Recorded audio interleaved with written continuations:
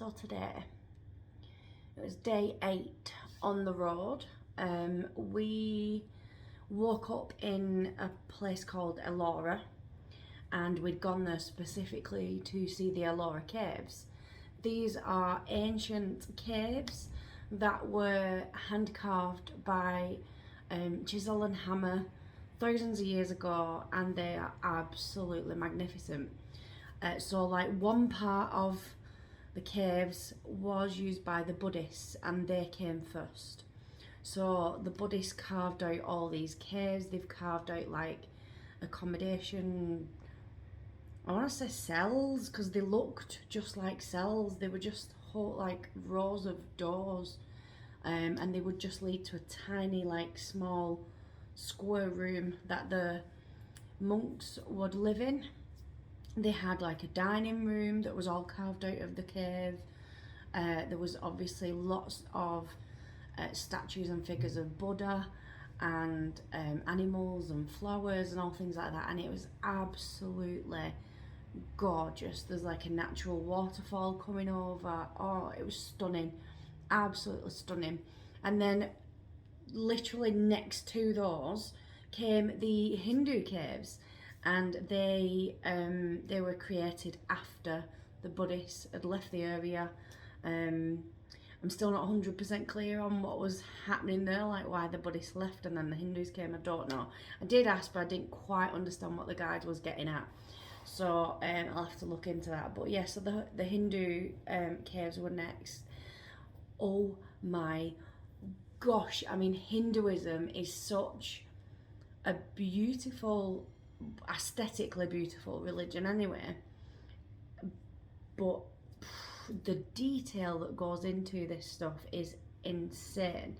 Like, you could see a massive difference. The Buddhist ones were very simple, very humble kind of statues and carvings.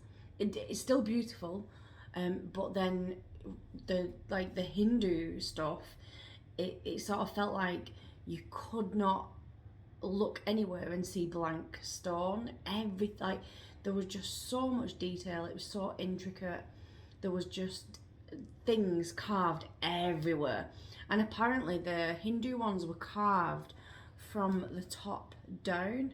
So basically they stood on solid rock, solid cliffs, and they started digging, and they caved the whole thing. They created the whole thing from the top of the temple downwards, which is just insane to get your head around, because honestly, hopefully there's video clips in this as I'm talking. I think I took some, but yeah, it was just how somebody thinks of that as a concept and designs it and tells everybody what they need to be doing, because there was thousands of people working on it over, I think it was like a couple of centuries.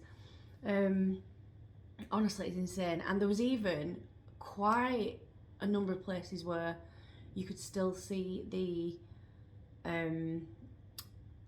paint, the actual coloured paint, not just the carvings out of stone. Gorgeous. Anyway, so we'd gone there. We'd met up with another team that we've made friends with from America, and we all went sightseeing around there together. And that was like super early. That was like 6:15 in the morning. And then we went back to our respective hotels for breakfast and, off for the day then. So we left our resort by 11 a.m. and we got on the road. We hadn't got very far when we had a breakdown. Look at me, surprised. It was a wheel bearing that had gone. To be honest, I'm not shocked after us going through 5 gazillion potholes in the last week.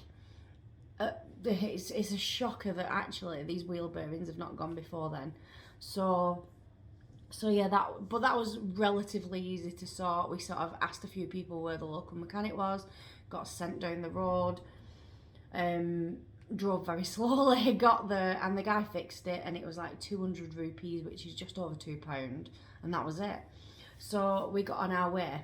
We get to these big like hills, mountains, whatever you want to call them, and and traffic is just queued the whole way, but it's like massive big haulage trucks, not normal traffic.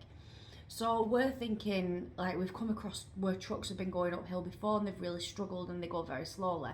So we were thinking that's all that was. And we'd just be in a bit of traffic getting up, and then once we were up, to come back down the other side, it would be free and off you go. No, we was in that traffic for, I think it was 6 hours. 6 hours in the exact same queue, inching along, and even we would end up completely stood still for like 20 plus minutes at a time. It was just insane. We barely made any ground at all. Lots of monkeys, we saw lots of monkeys. It turns out that a lot of the drivers, obviously they go that route frequently, and they know that there's a lot of monkeys there, and they throw fruit out of the van windows. So yeah, it's like all these monkeys literally are sat waiting to be fed. And as we were passing, like, they're like, look at you waiting, and then, you know, you don't give them anything, and they just wait for the next one. Then, right, go away, you're not gotten out, wait for the next one. It was just quite funny. Yeah, so, and that was it. That was our day then, that we were just sat in this traffic, barely moving. And then at one point it was my turn to take over, and I was very aware that we was getting nowhere fast and we still had a very long way to go to where we needed to be.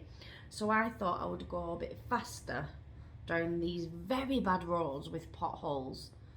And I have to say that I really do commend my dad's heart at this point, because it's doing an absolutely sterling job of continuing to beat. Even whilst I hit a whole bunch of potholes together at a speed of 40 kilometers per hour, and we did some sort of leaning Tower of Pisa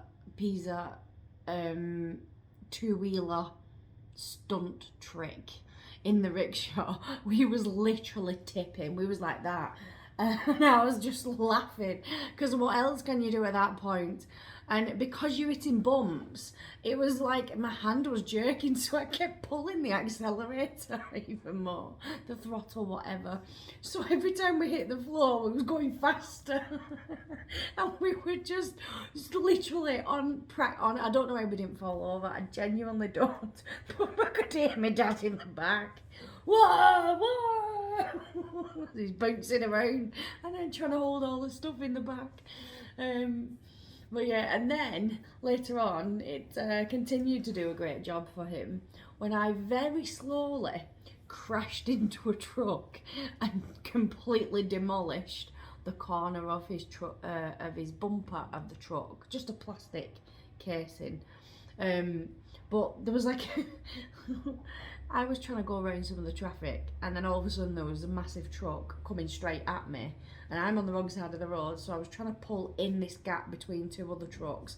So yes, it was totally my fault, and I misjudged it, and the back end, like the entire back half of the rickshaw ended up embedded in, I mean, I was clear, the front bit was clear, it's just the entire back half was like embedded into a truck bumper.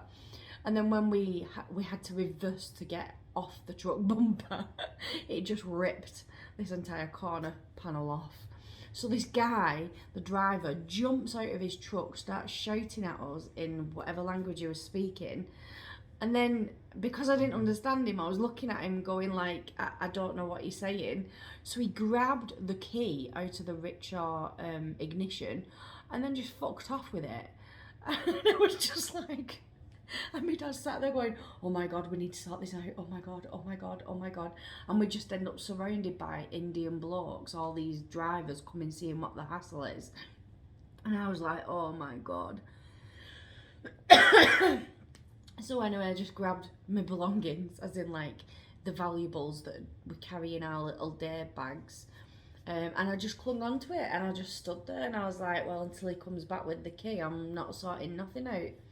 Anyway, this other guy that was really nice, he went and calmed him down, brought him back, laughed at him for asking us for money, pointed out the shit state of the rest of his vehicle, and that actually that part wasn't essential anyway, it was just a plastic casing. Took the key out of the guy's hand, gave it me back and was like, go on, go. And then after that, this other guy, next time we stopped when we was in traffic, he was going to be, stay there. No overtaking, stay there. I was like, oh my God. So yeah, that's how we got stuck in it for 6 hours, because I was then no longer allowed to try and overtake because it had gone so badly the first time round. Anyway, so we ended up night driving again, which I really did not want to do, and it was just getting dangerous. I just couldn't see, because every time other people coming in the direction yeah, you know what I mean, I'm driving that way, they're driving this, the lights were so bright, it was just completely blinding me temporarily. So we just gave it up as a bad job, because we were still sat in traffic at that point, and that was 8:15 at night, and we're still sat there bumper to bumper the whole way, like we had been for all that time.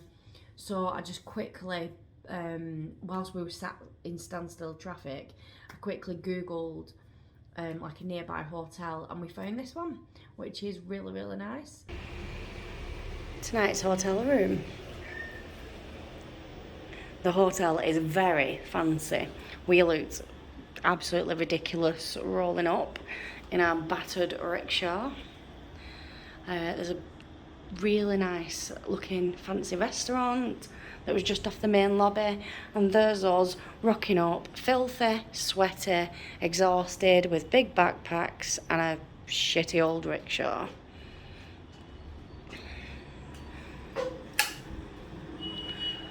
It's absolutely gorgeous, this room. Wow, look at, bloody hell, the size of that wardrobe. It's like floor to ceiling massive wardrobe.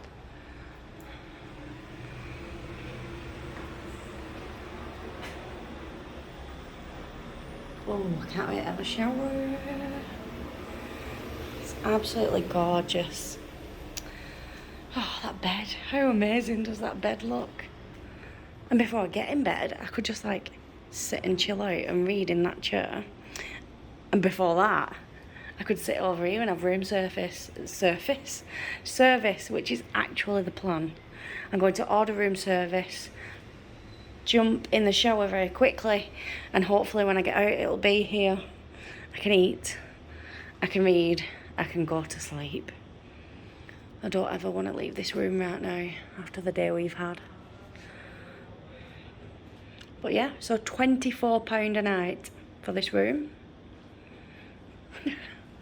Insane. So I've just had some room service. I've had a margarita pizza and chips, because I'm very cultural like that. And that's it. I'm done. I'm gonna just have a shower and get in bed. That's it. Because, tell you what, we have got a big day tomorrow, because it was supposed to be a bigger day anyway driving, and now we've got to add the mileage that we didn't do today as well. So yeah, anyway, we've had we've had a day of making some lovely family memories. I'm sure my dad will never forget the moment that he came almost face to face with a road as we went over it sideways at 40 kilometres an hour. And I'm sure he'll never forget the moment that he felt very threatened, surrounded by many Indian people after I'd just smashed up somebody's van. Anyway. Oh, day 9 tomorrow. Yay!